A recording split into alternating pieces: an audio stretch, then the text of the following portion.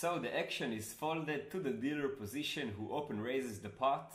We re-raise from the small blind position with king, queen of hearts, king, queen suited, and the dealer calls.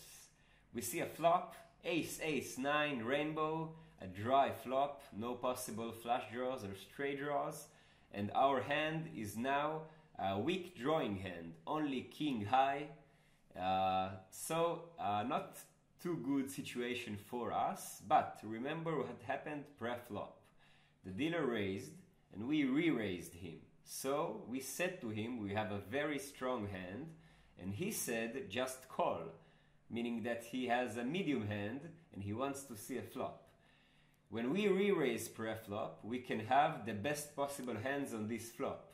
Hands like quads of aces, ace king, ace queen, ace jack, maybe ace 10, while when the dealer just called pre-flop, he probably doesn't have these hands, meaning that his range is capped from having the best possible hands on this flop, which means we can put pressure on him by betting as a bluff on this flop, expecting him to fold many hands. Some of them are stronger than our hand, such as pocket 2s up until pocket 8s. Some of them has equity versus our hand, meaning that they can improve if we check the flop and he checks behind, or he can actually bluff us from having the best hand. If we check and he bets a hand like Jack 10 suited, we must fold our hand. So, given all of this information, our line here on the flop would be to bet our hand as a bluff.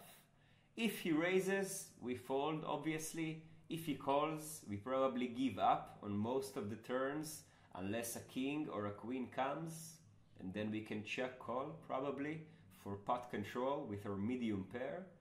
If a 10 or a jack comes on the turn, we maybe can bet again, this time as a semi-bluff with our gut shot.